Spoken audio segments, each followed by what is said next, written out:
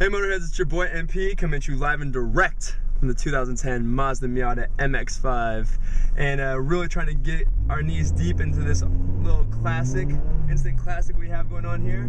So the Miata came out in 1989 and they got right back to business.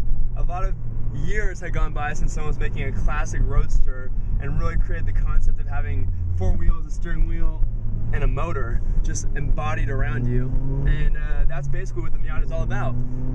4-cylinder, 170 horsepower, some would say 167. I've also read 172, 140 pounds of torque, and nothing but raw power coming down from the behind you back wheels, just ripping down the road.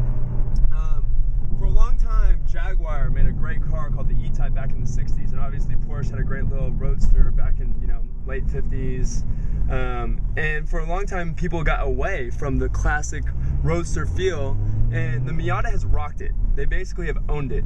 And the reason being, and the reason why the Miata has been so overwhelmingly successful with very, very little change is because of that.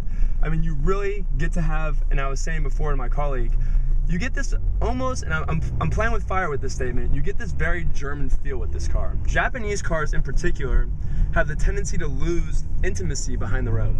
You almost feel like if a German car was a fingertip touching your skin, a Japanese car would be a fingertip touching someone's jacket. You don't get that sense of touch and that sense of real feel. You know it's there, but you just can't really feel all the fine detail behind the road. Not this car, my friends. This car, I feel like my hands and feet are placed at all four wheels. I get a full idea of what's going on underneath me.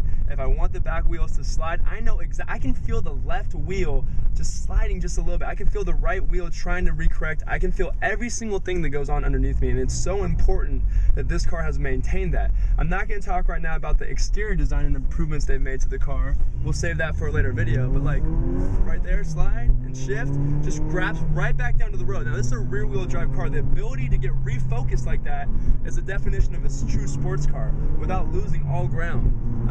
So I'm going to cool down a little bit here because I'm all up in this weak ass BMW's Kool-Aid.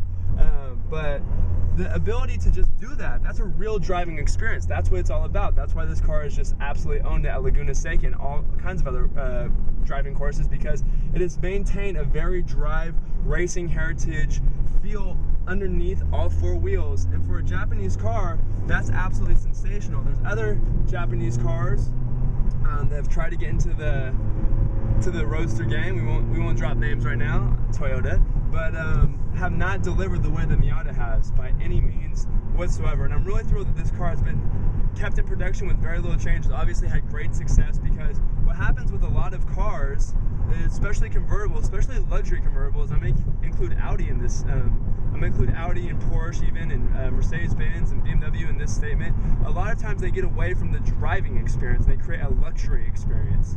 This car, on the other hand, is not concerned about luxury. Look at the inside. It's not even concerned about technology or improvement. They don't even care if it's all plastic and cheap.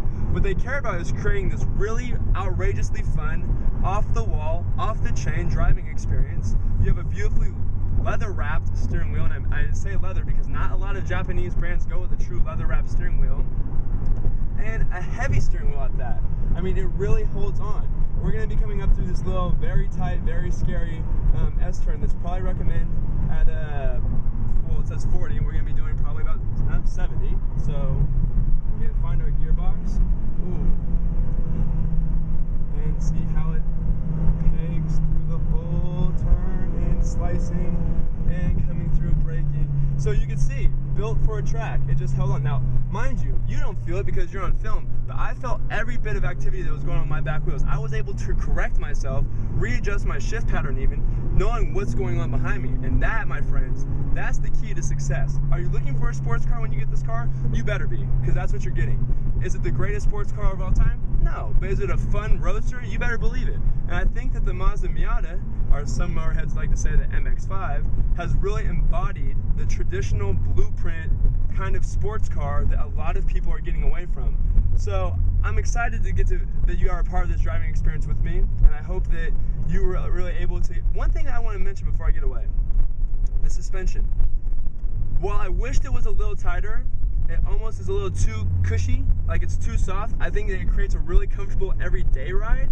I don't think it creates the ride that I would want for maybe a sports car, but I can understand the meaning behind what they're doing here. You'll notice that we're driving through horribly paved roads of San Francisco. My body doesn't feel like I'm in a Mike Tyson fight.